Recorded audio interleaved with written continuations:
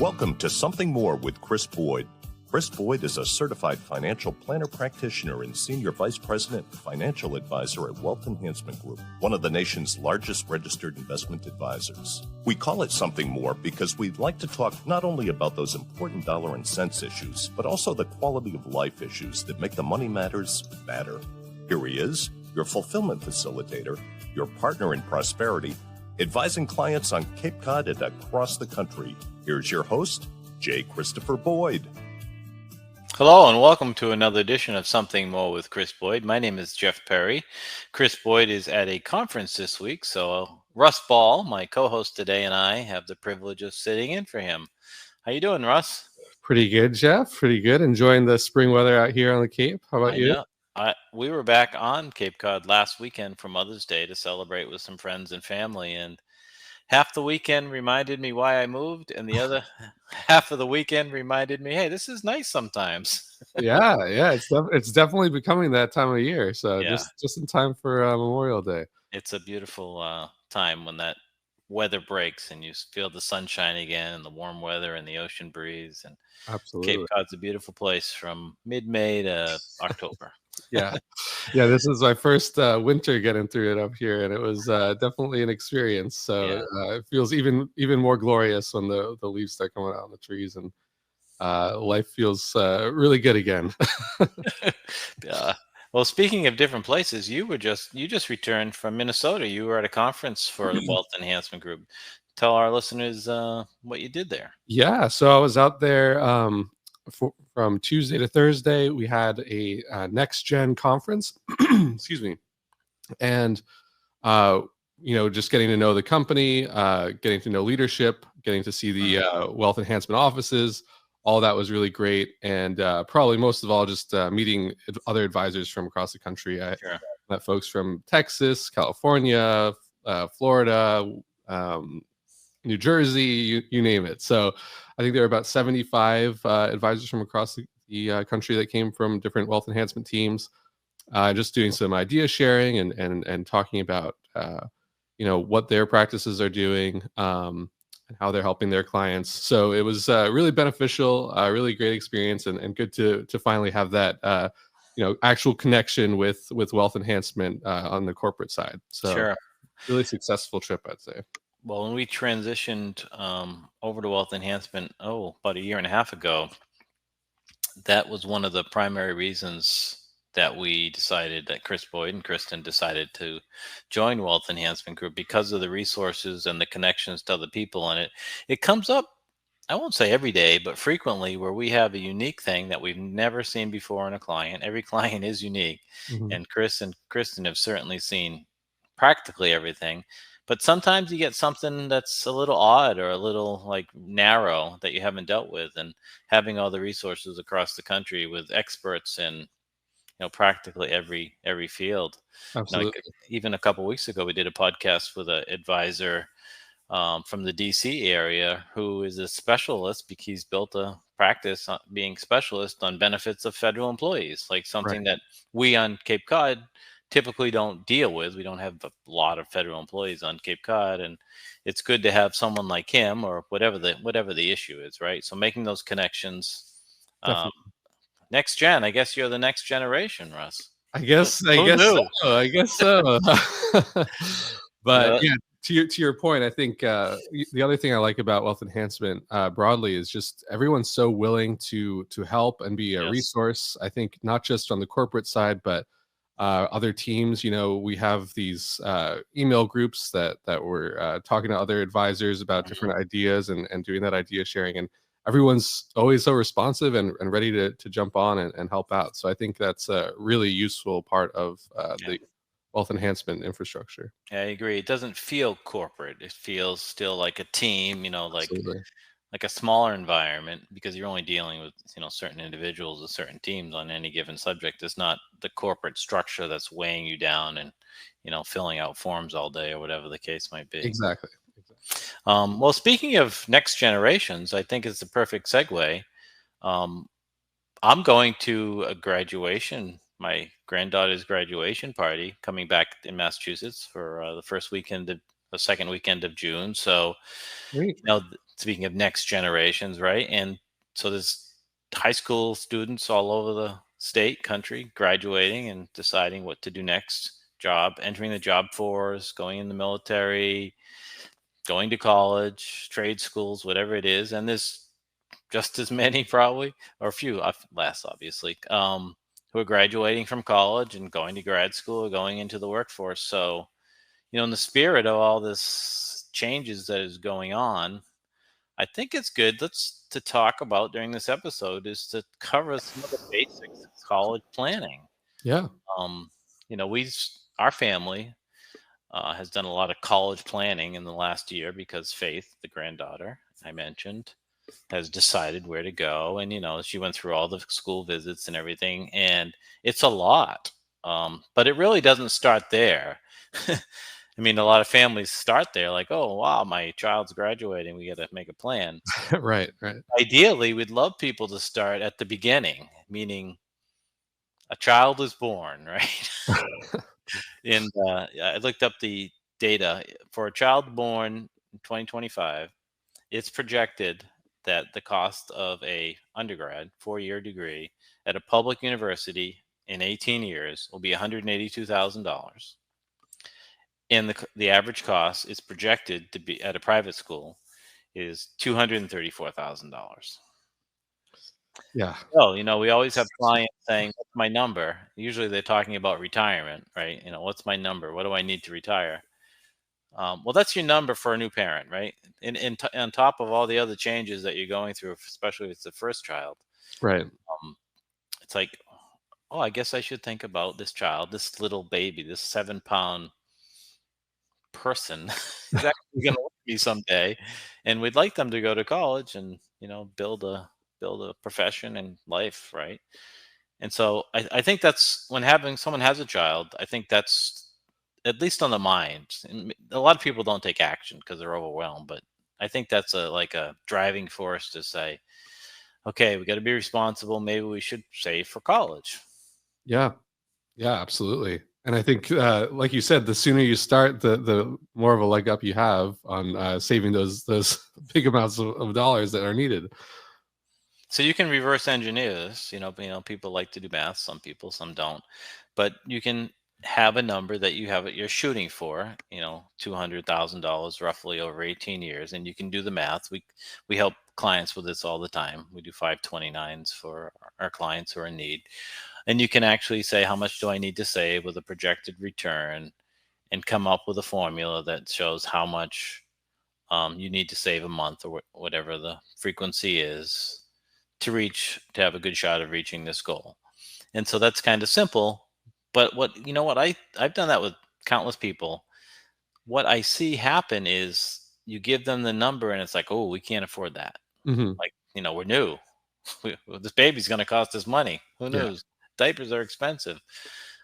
Somebody, one of the spouses can't work as much, whatever the situation is. Right. Right. So that causes many people to do nothing, right? They say, "Oh, I can't afford $500 a month," which is, a lot of money for a young couple in our hypothetical here.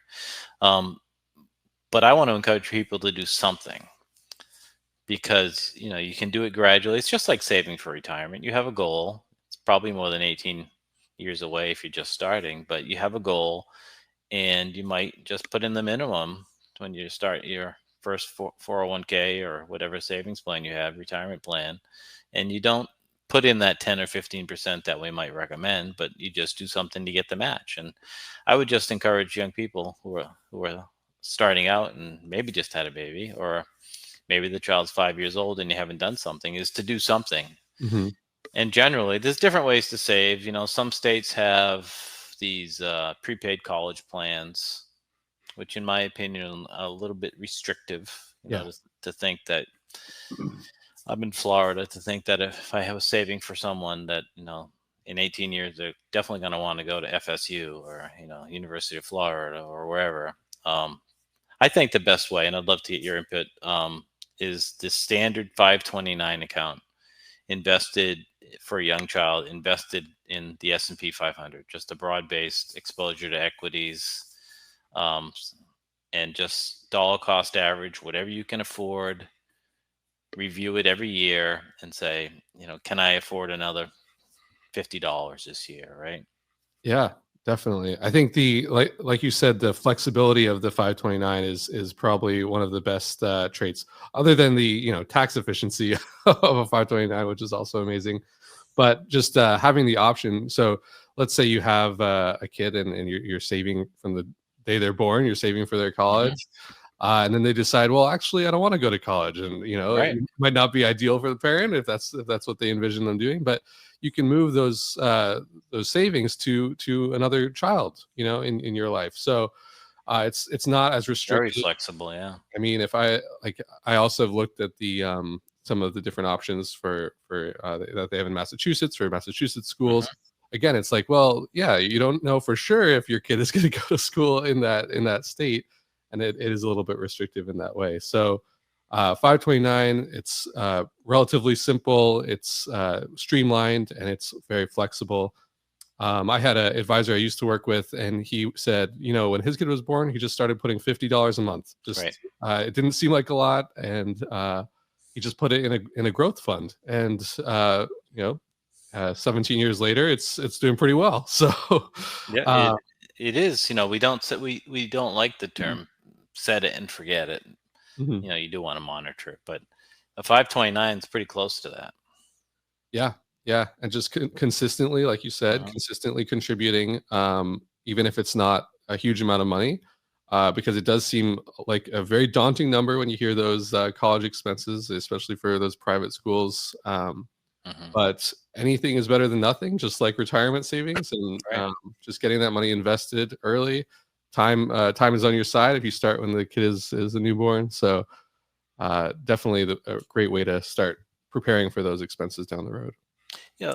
So, we're talking like we know what a 529 is because we work with them. We assist clients with opening them and managing them. But for the person listening to the podcast who says, "What's a 529?" I guess we should go back a little bit. I apologize for not doing that. 529 is a tax deferred saving program to save for any type of future education. It's opened by an adult. It could be a parent, could be a grandparent, doesn't have to be related, and they name a beneficiary. So I like to make it personal. So a long time ago, my wife and I opened a 529 as Faith as a beneficiary. And so we put money in every month, as we're suggesting you do. You don't have to put it in every month. You could front load it. You could put You have gift tax issues, which is a really somewhat detailed conversation. But to avoid the gift tax, you could put $19,000 in a year, or you could fill a form and put more in. But so you can do like a forward, you can fund it forward, or you can do it monthly, or you can do it just when you have money. Anybody can contribute to it. So if you opened it for your child or grandchild and someone else wanted to give the child a birthday present, and they could contribute to the 529 as well. So the money goes in, it grows, tax deferred. There's no tax, there's no annual tax. It just grows and grows and grows. And then you can use that money, not just for college, you can use it for high school, for example, if they went to a private high school, if they got some special assistance for their education, maybe they were having some trouble and needed some summer camp, if you will, you could pay for that. If they go to college, you can pay the tuition, room and board, housing, meals out of the 529. If they went to a trade school, if they wanted to learn a trade and not go to a traditional college, you can use it to pay for that. So there's lots of ways you can pay it. The term educational expenses is very broad. The payment comes directly from the 529 to the institution, and it's nice and clean. And when you do that for an educational purpose for that beneficiary, it's tax free. So all the growth that happened over in theory 18 years, however long you had it, you never pay taxes on. So that's a great deal. So there was a common objection from some parents and grandparents saying, "Well, I like that idea, but what if my child doesn't go to college?" Right? So they would say, like, "I don't know, I don't want to risk it. I don't want to." But that objection has been eliminated, if you will, by some recent acts in Secure 2.0. That's an act that Congress passed. And now If there's any money left over in a 529, or they don't go to college at all, that money, up to $35,000 of it, assuming that the child or now adult has earnings, can be rolled over into an IRA for the benefit of that child or that person. Or let's say that child doesn't go, and or maybe the child doesn't want the IRA, or things aren't well with that child. That child's not in a healthy position. You can change the beneficiaries, as you noted. So if you have another child, or maybe you can actually change it to yourself if you wanted to, but you can rename the beneficiary, and as many times as you want. Mhm. And if that doesn't work for you, you can take the money out. And then you pay taxes on that. The government's not going to let you avoid taxes on that. So it's, to your point, super flexible, Yeah. and really the best method. Before the 529, there were a couple other methods um, that are still out there and available. They have a lot of limitations, and they just don't have the benefits that a 529 has. Yeah, yeah, and I think that new $35,000 Roth rollover is, for those people that are like, well, I'm not sure, like it seems like a lot to save. There's that benefit too, that you're also just saving for their future. If they don't use all of the funds, Yep. you can still use that for their retirement, and that's a pretty great leg up. Really early in life to have a $35,000 Roth in the first few years of working life. That's a pretty good deal. So. What a gift what a graduation gift that is, Yeah, right? yeah, There's extra absolutely. money, we've paid for your college education, and there's $20,000 left for opening a Roth IRA for you. Yeah, yeah. And they might not feel it in the moment in 21 or 22, Uh, whatever, but oh, they definitely wouldn't. They'd be like, "Thank you. I can't take that out. Okay, never mind." right, right. But that'll be growing for the rest of their life. Yeah, So 35 years later or whatever it is, and it's worth $1 million or something. They yeah, like, wow. exactly. They'll be thanking their parents then. Yeah. That we're joking around, and things are funny because they're based in truth, right? So young people, many young people, there's exceptions to this generalized statement, but many young people don't have a good understanding of money, when they're graduating high school, right?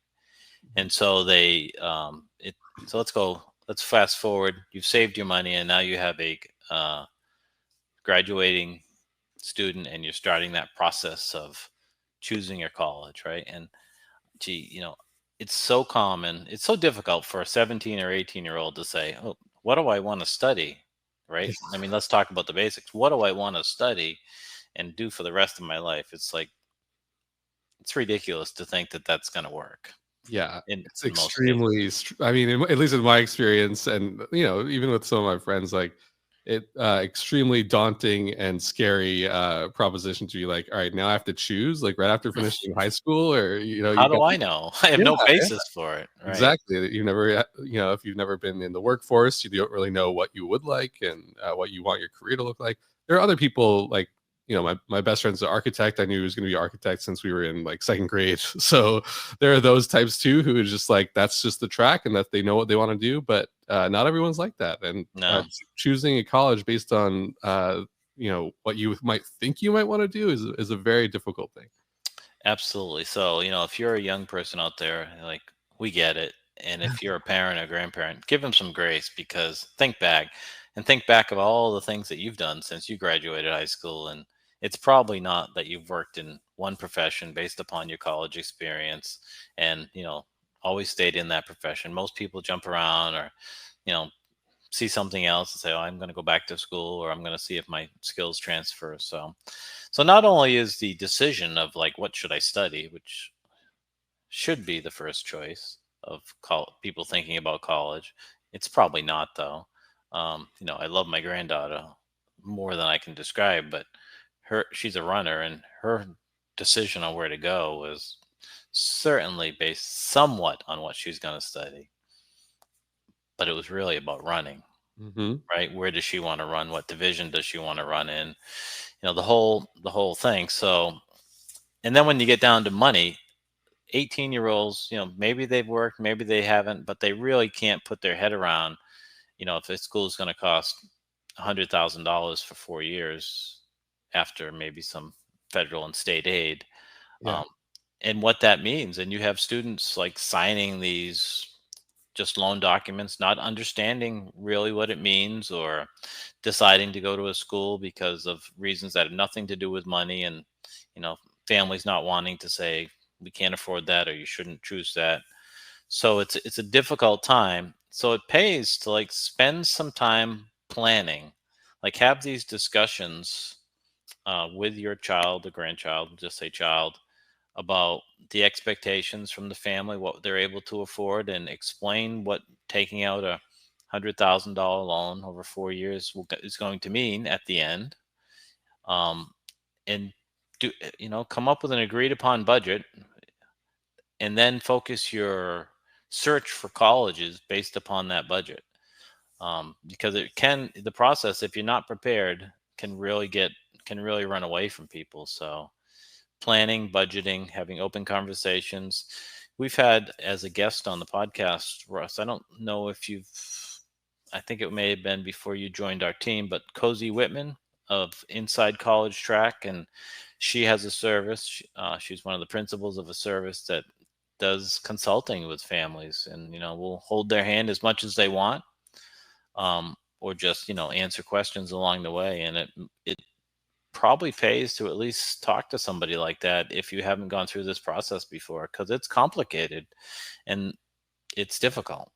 For sure. And I would imagine having that conversation with the professional as well as the graduating child, or the child that's looking into colleges, because like you said, there's like that financial outlay for and signing those loan documents for a 18-year-old. It's like they can't conceptualize what that's going to mean down the road. And if everyone's doing the same thing, it's like, oh yeah, like a couple 100,000 in student loans, it's no big deal. And Yeah, I'll uh, worry about that later. I'm going to get this. exactly. I'm going to get this job that pays me $500,000 right out Or of or it might not even be about the job. And I've seen right. this happen too, where it's like, oh, it's a great school, great campus, seem like really nice people, and I'm gonna go follow my passions that might not be the most lucrative after college. So there's a lot of even when I was looking at colleges, I remember like the campus was a big deal.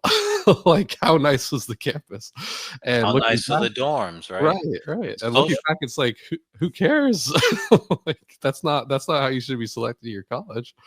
But of course, as an 18-year-old, it's like you're basing it off of what you know and what you're interested in. So Well, if you ever want to wonder about the college tours, and this is my first time helping someone go through that process with visiting schools with faith.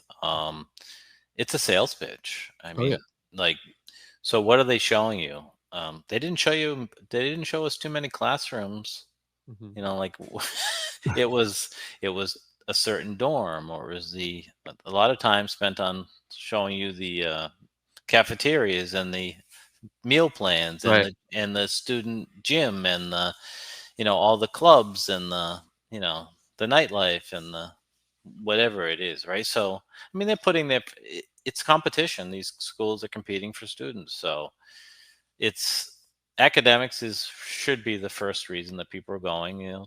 Is there a program there that you want to study, you think you want to study? Do they have a good reputation? Are they accredited? All these kind of like basic things. Finances is certainly another big factor. Set Mhm. expectations, as we talked about, and is this a school that someone can afford? Not everybody can afford $100,000 a year, and do you need it, right? But I think going through the experience and listening to Cozy Whitman a few times, and I think it's important that you do spend some time on fit, though. Like, so the size of the college, the location. Do you want to live close to home? Do you want to commute?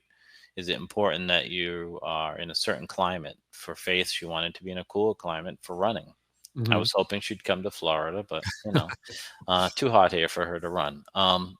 So where is a good fit for you, and the culture of a university or college? They are different, but that requires some homework and some digging in. There's lots of rating services. I mean, parents, I think, when they're thinking about the culture of a university or college, they see, is it on the top 10 party list school, right? You know, Yeah, you're yeah. not going there, but So all these things really matter, and it has to be a deliberate process, and it's one that I think our kids and grandkids do need help with, even if they seem to know what they want, because there's a lot of things that at 18 you don't have a good understanding of. Absolutely. Yeah. And just to tack on one other thing is when you're visiting the colleges, to talk to other students, to talk to, if you can, to talk to faculty. Let's say there's a program you're interested in, like let's say it's a business school, you can set up appointments even with faculty members, get to know them a little bit, because those are most likely going to be your mentors and teachers for the next 4 years. So Yep. Good I point. think that could be useful when you're going to see those colleges, because it's a big trip too. There's a lot of colleges to visit, and they could be all over the place. So you got to make the most of it, and getting to know what other students are talking about, getting to know the faculty can definitely make a decision a little bit easier. So we've talked about the best way that we think to save for educational expenses for a child, the 529. If we can help you with any of this, if you need help or suggestions or advice on the right vehicle, doing some financial projections on saving for college, we're happy to do that. We do it for our clients. If we can help you, just give our office a call, 508-771-8900. So that's starting out saving for it. We talked a little bit about the process of choosing the right college, and let's just spend a few minutes for us talking about how do you pay for it. So obviously we hope someone's got a robust 529, right? And they save so much that they have too much, they're going to open a Roth later, right? So that's not everybody, right? So I think most people who are in this process have heard of the FAFSA. That's an application, a federal application for student aid that everyone who's applying for colleges fills out, and you get back a report depending on the family's income and so forth, some ratios. And it does matter if the parents have a 529. It doesn't matter if the grandparents have a 529, but we'll put that aside for now. And they give you some federal aid. Some federal aid is available. Obviously, the less income, the less wealth a family has, the more federal aid. And that's going to be the starting point. It's not going to pay for all of college, certainly. Um, you know, Maybe $5,000 might be the median number that people get. Some people get more, some people get less, but it's certainly not going to pay for all of college. And then there's grants and gifts from the institutions. So this is all about, kids hear it enough. Kids probably hear it too much. You got to keep your grades up. You got to keep your grades up. You got to get into extracurricular activities for your college application. You got to get recommendations, building that college application to hopefully encourage the schools that you're applying to give you some grants and gifts, right? So, but you really can't depend on that. Those are going to be depending on where you're going. If you maybe fit into a certain category that they're looking for, a certain major, different majors that they're encouraging students to apply for might have a different grant than if you're in a different in another major. And then there's other types of scholarships like athletic scholarships, and private scholarships. After that, it's really about two things that you kind of have to make decisions about. One is, can the family outside of the 529 provide a gift to the student that can come from a parent or the grandparent, or anyone who wants to do it, actually. And so that would be one way that you can fund some of the college. And then it comes down to loans, whether they're federal loans that are subsidized or unsubsidized, or private loans or parent loans. And that's where I just want to spend a couple of minutes before we wrap this up, Russ, is on the loan part. You really have to be thoughtful and diligent and get help. When you receive the grants back, you get a statement, from each school saying how much they're going to give you as a financial aid letter. And in the financial aid letter, which many people get confused about, Cozy Whitman talked about this when she was on the show, is whatever loans are available to you. And if you're not careful, they almost look like they're gifts, because they're just on the form with everything else. This is your Pell Grant. This is your athletic scholarship. This is your grant for studying biology or whatever the case might be at our university. And then there's lines about Stafford loans and all this. And at the bottom, it nets out to a number like, okay, you need $10,000 more. But you've already, in that financial aid letter, are those lines which already include loans from the federal government that they're willing to give you. So just be thoughtful about it. And, if you need help reviewing the one, work with someone like Cozy Whitman or call your financial advisor and go through them to really parse out what parts are loans and what parts are gifts. And if it's a gift, meaning a grant, are they contingent on you, the student, keeping up a certain grade point average? Is it contingent upon maybe doing some athletic accomplishments, whatever the money came from? Just so you have a full picture of what the potential cost could be at that given university. And then you have to make the decision, do you want to go to this school and do you want to take the loans, or do you want to look somewhere else? Yeah. I think as you're illustrating, I think it is very complicated, especially if there's a lot of applications involved, a lot of schools that are accepting. They all have different grants, different scholarships, different terms. 100% right. And so trying to navigate all that and then also deciding, well, which is the best option for me, it's a lot. So I think having, leaning on those professional resources, talking to your financial advisor is definitely helpful. Our team has seen these before, and we can help navigate a little bit. If we need additional help, we can always loop in other folks to give some guidance. So definitely don't feel like you're in it alone. There's definitely a lot that could be helped. That's right. All those times in the process are critical. So, take your time with it. Get the advice, as you said, Russ, and we're happy to be a resource for you. If you have a young child and you haven't started a 529, give us a call. If you have a 529 and you get a little leeway in your budget, maybe it's a good time to up your savings. And if you're a recent upcoming graduate or a recent graduate, congratulations, and the world is at your feet. Well, good conversation, Russ. I hope we help some people think about this complicated process as we wrap it up today. And thank you for listening. Until next time, keep striving for something more. Thank you for listening to Something More with Chris Boyd. Call us for help, whether it's for financial planning or portfolio management, insurance concerns, or those quality of life issues that make the money matters matter. Whatever's on your mind, visit us at somethingmorewithchrisboyd.com or call us toll-free at 866-771-8901. Or send us your questions to amr-info@wealthenhancement.com. You're listening to Something More with Chris Boyd Financial Talk Show. Wealth Enhancement Advisory Services and J. Christopher Boyd provide investment advice on an individual basis to clients only. Proper advice depends on a complete analysis of all facts and circumstances. The information given on this program is general financial comments and cannot be relied upon as pertaining to your specific situation. Wealth Enhancement Group cannot guarantee that using the information from this show will generate profits or ensure freedom from loss. Listeners should consult their own financial advisors or conduct their own due diligence before making any financial decisions.